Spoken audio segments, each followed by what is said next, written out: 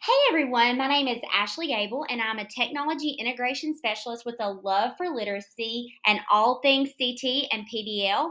I'm super excited to be talking to you about my poster session at ISTE this year. The topic is infusing computational thinking skills in the literacy classroom. So you may have some questions about how does computational thinking even relate to a literacy classroom. So I've divided my poster session into three big questions for implementation. Number one, why is computational thinking important in a literacy classroom? Number two, how does computational thinking relate to a literacy classroom? And number three, how can you effectively infuse computational thinking into a literacy classroom with strategies? So, why is computational thinking important in a literacy classroom? Digital Promise defines computational thinking as a set of interrelated set of skills and practices for solving complex problems, a way to learn topics in many disciplines, and a necessity for fully participating in a computational world.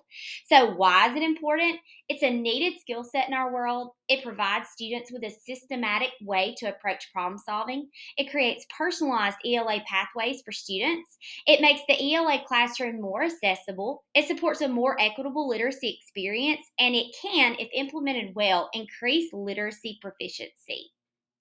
So, question two, how does computational thinking relate to a literacy classroom? There are several different domains or a framework that you can look at with computational thinking. The ones that I'll be exploring in my poster session are data collection and analysis, algorithmic thinking, building and evaluating models, decomposition, as well as generalization or abstraction. I've created a quick correlation chart that relates literacy skills to computational thinking skills. For example, finding the central or main idea as well as getting those key details that support the central or main idea could be considered abstraction. Identifying author's purpose, mood, or tone from different texts could be data collection and analysis.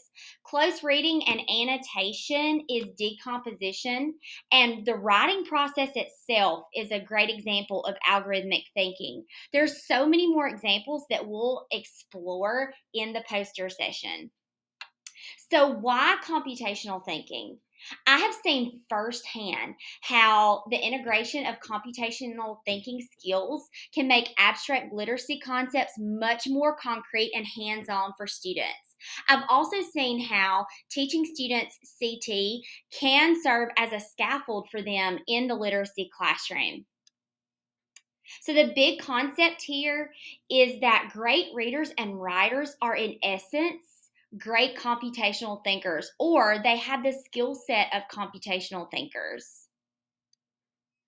Question three, how can you effectively infuse computational thinking into a literacy classroom with strategies? And of course, it's always about the task and unit design. But here are a few specific classroom strategies that I've done in my own room or that have been done at my school. Blackout poetry for central idea, data collection and analysis for mood, tone, and author's purpose with Google Sheets and chart creation. The four icons challenge for symbolism, which could be abstraction. Algorithms that students create from different research sites in final products. And STEAM lessons with CT integration. Again, these are just a few of the examples that I will discuss at the poster session.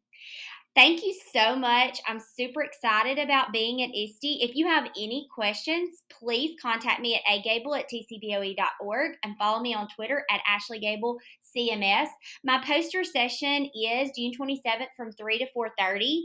And while there, you will get to learn even more and see examples of student work with computational thinking as well as PBL integrated final products that include computational thinking. Thanks. Can't wait to see you there.